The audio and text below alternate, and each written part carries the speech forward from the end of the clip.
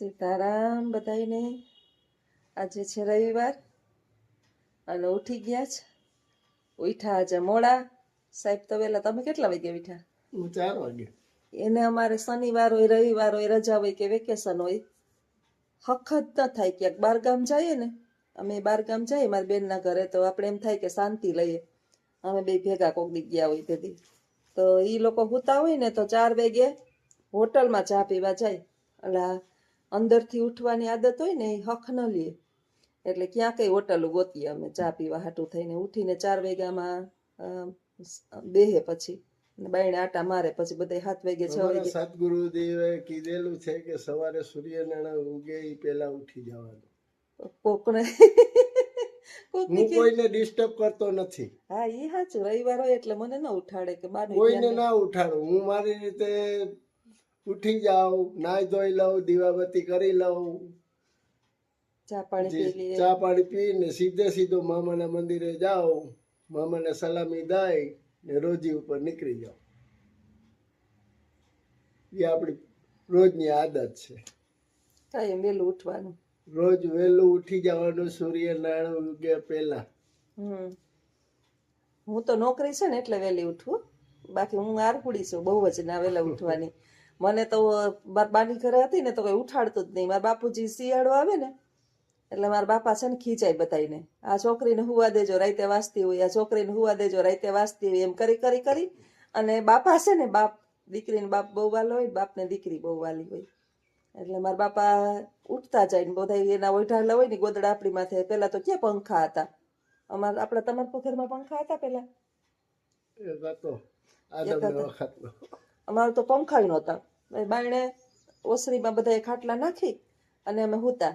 અને ઉનાળામાં તો બાયણે જ વાવ ફળિયામાં જ હોવાનું, ઝાડવા નીચે ખાટલા નાખીને બપોરે રાતે બધી. પછી શિયાળામાં ઓસરીમાં હુતા હોય એટલે ઠાર તો આવતો જ હોય. શિયાળામાં ઠંડી ચારે બાજુથી આવતી હોય. પેલા ક્યાં મકાનોની ને એવી સુવિધા હતી. એક રૂમ હોય, બધા ઓસરીમાં પડ્યા હોય એમને ખાટલા નાખીને. પછી ઉઠતા જાય મારા બાપા ને બધા ગોદડા મારી માથે નાખતા જાય. છેલ્લે હું ઉઠું ને તો 5 ગોદડા મારી ઉપર હોય ને પડ્યા રહીએ. તો સ્કૂલનો ટાઈમ થાય ને ત્યાં એ પેલા અડધી કલાક ઉઠાડે, ત્યાં સુધી ઉઠાડે જ નહીં. સવારની પેલા મોર્નિંગ સ્કૂલ હતી તો અહીંયા 8 વાગે 7 વાગે ઉઠવાનું. પછી હાઈસ્કૂલ થઈ એટલે અમારે 11 વાગે પહોંચવાનું, એટલે 9 વાગે ઉઠવાનું. એટલે ન્યાય હું ચોર બહુ ઉઠવાની હતી. પછી અહીંયા બાઈએ છે ને બહુ મને ટ્રેન કરી દીધી 4 વાગે ઉઠવાનું.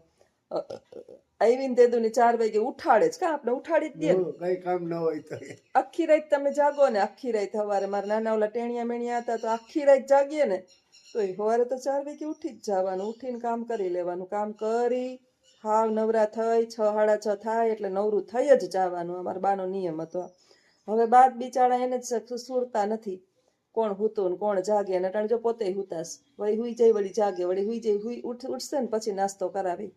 અમે જો ચા પાણી પી અને બેસી ગયા છે. આજ રવિવાર છે એટલે કઈ કામની નિશાળે જવાની ઉતાવળ ન હોય એટલે નિરાતે આખો દિવસ થાય. એક દિવસ શાંતિ.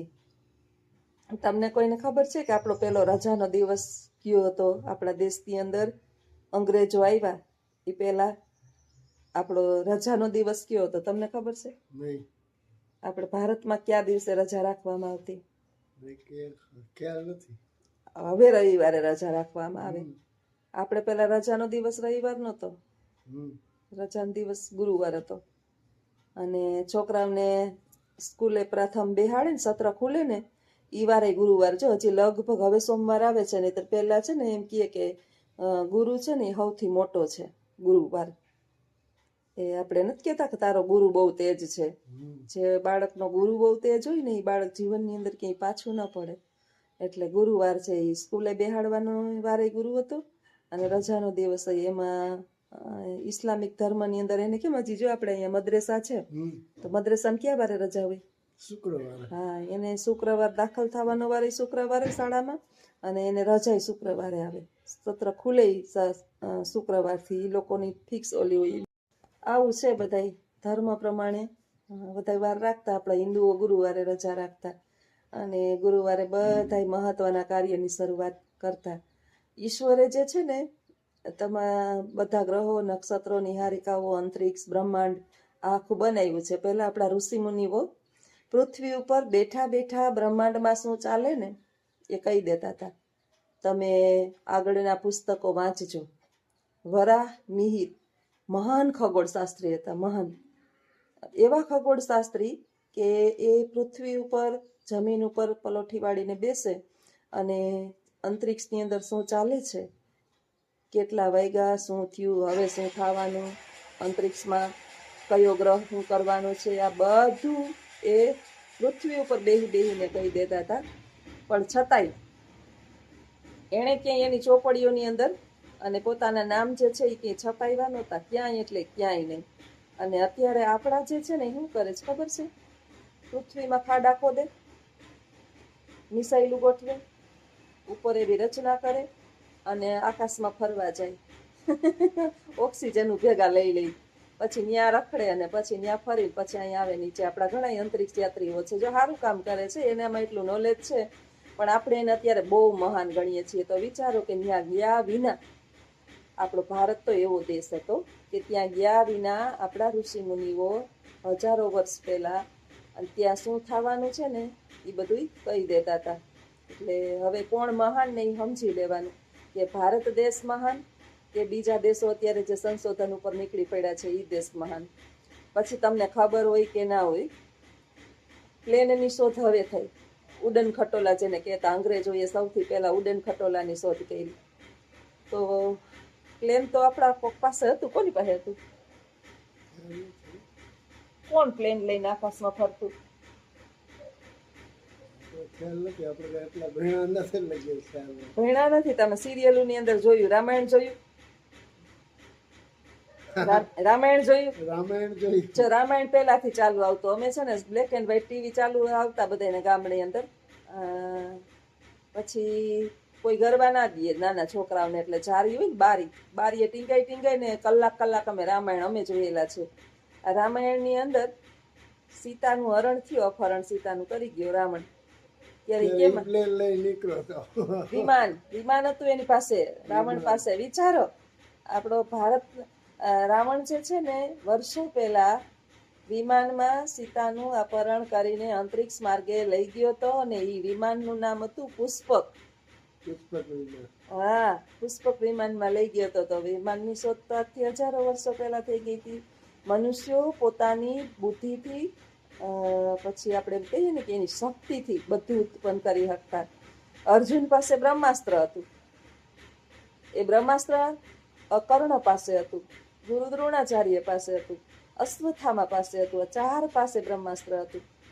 કર્ણ, અશ્વત્થામા, પછી ગુરુ દ્રોણ અને અર્જુન. હા, હવે બ્રહ્માસ્ત્ર એ એવું અસ્ત્ર હતું કે હથિયાર ફેંકે ને, બ્રહ્માસ્ત્ર હથિયાર જો એનો ઉપયોગ કરે તો 12 વર્ષ સુધી વરસાદ ન થાય, એનો આડ અસર પૃથ્વી ઉપર થાય.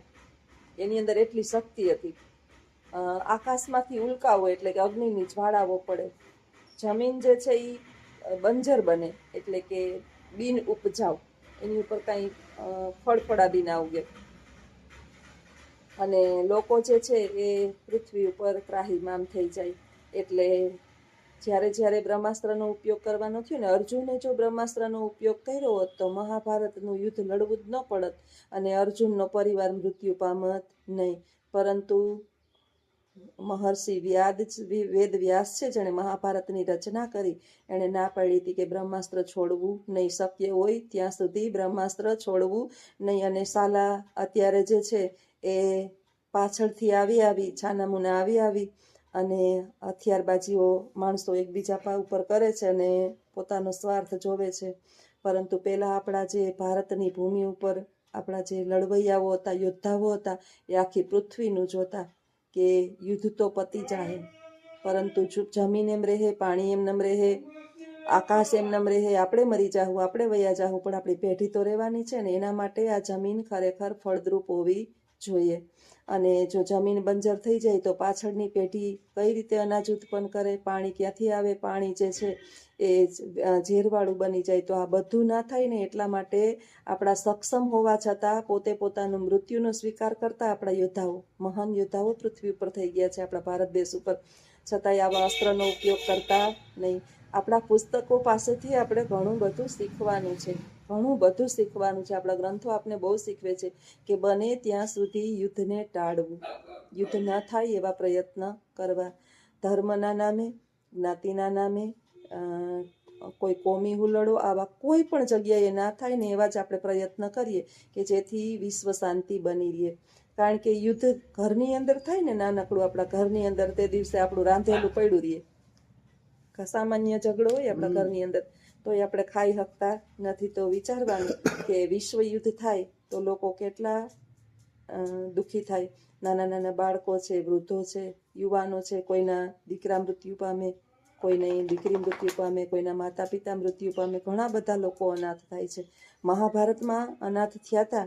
મહાભારતમાં પાંડવો વિજયી બન્યા હતા, પરંતુ એ રાજસભા અથવા તો રાજ્યને ભોગવી ન શક્યા. કારણ કે યુદ્ધ કરી અને મેળવેલું કોઈ દિવસ આપણને સુખ આપતું નથી. ભલે સત્યના માર્ગે જીતાય ખરી, પરંતુ છેલ્લે એ કાંઈ ભોગવી શક્યા નહીં. એટલે આવું છે ભાઈ, યુદ્ધને બને ત્યાં સુધી ટાળીએ તો વાંધો આવે નહીં. એટલે ઘરની અંદર યુદ્ધ હોય, શેરી મહોલ્લાની અંદર યુદ્ધ હોય, ગામની અંદર હોય, રાજ્યની અંદર હોય, દેશની અંદર હોય કે વિશ્વ લેવલે હોય, બને ત્યાં સુધી કોઈ પણ જગ્યાએ ઉશ્કેરવાનો પ્રયત્ન કર્યા વિના, એમાં ઘી હોયમાં વિના હંમેશાને માટે યુદ્ધ ટળે એવા પ્રયત્ન થાય તો ખરેખર વિશ્વ શાંતિ બની રહે. આવજો. સીતારામ. સીતારામ બધાયને. આજ છે ને શાંતિ છે, રવિવાર છે, બાહુતા જ હું ઉઠીને શાંતિની અનુભૂતિ કરું છું. બાહુતા હોય ને એટલે મને પરમ શાંતિ હોય. અને આખો દિવસ પછી કામની કંઈ ચિંતા ના હોય કે ભાઈ જલ્દી સ્કૂલે જવું છે એટલે ચિંતા. એટલે બેસી ગઈ છું ચા પાણી પીને. જીવનની અંદર કોઈનું કારણ વગર અપમાન ન કરો. આપણે છે ને મનુષ્યની આદત હોય બધા માણસોને નીચા પાડવાની. મેં આને આમ કહી દીધું, હું કોઈનું સાંભળું નહીં, હું બધાને પહોંચી જાઉં. એટલે આપણી પાસે પદ પ્રતિષ્ઠા અને પૈસો હોય તો એ પૈસો, પદય આપણું છે, પ્રતિષ્ઠા આપણી છે અને પૈસોય આપણો છે. એમાં કોઈનો હિસ્સો નથી. તમારી પાસે જે છે એ તમે તમારા માટે જ ઉપયોગ કરો છો, બીજા માટે નહીં. અને તમારી નીચે કામ કરનારા વર્ગ જે છે એ કામ કરે છે અને એને પૈસા મળે છે, મફત કોઈ આપતું નથી. તો તમારી પાસે જે છે એનો તમે ઘમંડ કરી અને કારણ વગર એનો ગલત ફાયદો ઉઠાવી અને ક્યારેય કોઈનું અપમાન ન કરો. કારણ કે તમે અત્યારે જે છો એ તમારા સારા સમયને કારણે છો, પરંતુ માણસ નબળો છે, માણસનો સમય નબળો નથી. કારણ કે સમય બધાનો એક દિવસ આવે છે. અને સાચું કહું ને તો માણસ જે છે ને એ જીવનની અંદર બધું ભૂલી જાય છે. કદાચ એણે એક ટક ભૂખ્યો રહ્યો હોય, મીઠું ને રોટલો અથવા તો છાશને રોટલો ખાધો હોય, અથવા તો એનું બધું એણે ગુમાવી દીધું હોય, એ બધું ભૂલી જશે. પરંતુ કોઈ માણસ જીવનની અંદર એને અપમાનિત કરે એ ક્યારેય ભૂલતો નથી. શબ્દના ઘા, શબ્દ છે ને એ એવી વસ્તુ છે કે જ્યાં સુધી તમે ના બોલો ને ત્યાં સુધી શબ્દ તમારો ગુલામ છે. આપણે ઘણી વખત કોઈ કહેતા હોય ને, તમે 2 શબ્દ બોલો, તમે 2 શબ્દ બોલો, એટલે આપણે બોલાવવા માટે થઈ અને લોકો જે છે પ્રયત્ન કરતા હોય. ન બોલીએ ત્યાં સુધી શબ્દ આપણા ગુલામ છે. પરંતુ તમારા મુખારવિંદમાંથી, મુખારવિંદ એટલે શું, હું આવો શબ્દનો ઉપયોગ એટલા માટે કરું કે કમળ જેવા મુખમાંથી, મુખાર અરવિંદ, એમ કમળ જેવું મુખ, મુખારવિંદમાંથી જ્યારે શબ્દો નીકળી જાય ત્યારે એ શબ્દ સમગ્ર બ્રહ્માંડની અંદર ફરે છે. અને ફરતા શબ્દો ઉપર તમારો અધિકાર નથી, પરંતુ પછી તમે એના ગુલામ બની ગયા છો. એટલે વાણી કેવી વાપરવી એ પહેલાં વિચારવું. કારણ કે આપણે બોલી તો દઈએ છીએ, પણ શું બોલ્યા એ ખરેખર આપણને ખબર હોતી નથી. સાસુ જે છે એ વહુને સંભળામણી કરે કે તારી માએ તને આ નથી શીખવાડ્યું ને, તમારે ત્યાં આમ ને, તમારે તમે ત્યાં શું જોયું ને, તમારે આમ ને, આપણે આમ ને. વહુ છે એ સાસુને કહે કે આમ છે ને તેમ છે ને, પરંતુ આ એકબીજાને માર્યા વિના, એકબીજાને કંઈ કીધા વિના આ વાણીના પ્રહારો મનુષ્યને એટલા બધા માનસિક દુઃખ આપે છે કે એની કોઈ સીમા નથી. એટલે બને ત્યાં સુધી માં સરસ્વતીની પ્રાર્થના કરવી કે હે માં, મારી વાણીની અંદર જે છે ને મને વિનમ્રતા આપજે. મને બીજું કાંઈ આવડે કે ન આવડે, બસ મને બોલતા સારું શીખવાડજે. મારી વાણીની અંદરથી, મારી વાચાથી જીવનમાં કોઈને પણ તકલીફ ના થાય ને એવી સરસ વાણી મને આપજે. માં સરસ્વતી જે છે ને વાણીની દેવી છે. કુંભકર્ણ શિવની પ્રાર્થના કરતો હતો. રાવણનો ભાઈ કુંભકર્ણ શિવની પ્રાર્થના કરતો હતો. આપણે બધાએ સાંભળેલું છે અને બધાને ખબર જ છે, છતાંય હું તમને એક ઉદાહરણ આપું છું. ઘણાએ રામાયણ ના જોયું હોય તો. એને ઇન્દ્રાસન જોઈતું હતું. શિવની એટલી પ્રાર્થના કરી એટલે ભગવાન શિવ એને પ્રસન્ન થવાના હતા અને વરદાન આપવાના હતા. પરંતુ જો ઇન્દ્રાસન કુંભકર્ણ માગી લે તો રાક્ષસના હાથમાં વયું જાય ઇન્દ્રાસન. એટલે બધા દેવોએ માં સરસ્વતીને પ્રાર્થના કરી. બ્રહ્માજીના પત્ની છે માં સરસ્વતી, એટલે એને પ્રાર્થના કરી કે હે માં, તમારી જરૂર છે મદદની. અને સરસ્વતી માતાએ બહુ મદદ કરવા માટે તૈયાર થયા કે જ્યારે કુંભકર્ણ ભગવાન શિવ પાસે ઇન્દ્રાસન માગે ત્યારે તમે એની વાણીમાં બિરાજમાન થઈ જાજો અને ઇન્દ્રાસનને બદલે નિંદ્રાસન માગી લેજો. અને ખરેખર એવું થયું કે કુંભકર્ણ બોલવા ગયો ઇન્દ્રાસન અને બોલાઈ ગયું નિંદ્રાસન. અને શિવે તથાસ્તુ કહી દીધું. ભગવાન ભોળા તો ભોળા છે, તથાસ્તુ કહી દીધું અને નિંદ્ર અવસ્થા એને પ્રાપ્ત થઈ. હવે પછી એને ખબર પડી કુંભકર્ણને કે મારી સાથે વિશ્વાસઘાત થયો છે, દેવતાઓએ મારી સાથે દગો કર્યો છે. એટલે પાછી ભગવાને એને 6 મહિના સુધી નિંદ્રાસન અને 6 મહિના સુધી ખાવાનું, આપણે રામાયણ જોયું છે ને એટલે આપણને ખબર હોય કે આવું બધું થયું હતું. તો માં સરસ્વતીની તો બધા ઉપર કૃપા છે. પૃથ્વી પર બિરાજમાન છે. દુર્વાસા ઋષિના શ્રાપથી માં સરસ્વતી જે છે એ અત્યારે આપણા બધાની સાથે છે. એટલે તમને તરત જ જવાબ આપશે. વિદ્યા માટે, વાણી માટે, સારા જ્ઞાન માટે, તમારી વિવેકાઈ માટે, સારી બુદ્ધિ માટે આપણે માં સરસ્વતીની આરાધના કરીએ તો ચોક્કસ આપને પ્રાપ્ત થાય. તો વાણી હંમેશા કોઈનું અપમાન ન થાય, કોઈનું આત્મા દુભાય નહીં, અથવા તો કોઈની આંખમાં આંસુ ના આવે એવી વાણીનો પ્રયોગ કરવો. તો ચાલો મિત્રો, આગળ વિડીયામાં બન્યા રહેજો. આવજો. સીતારામ.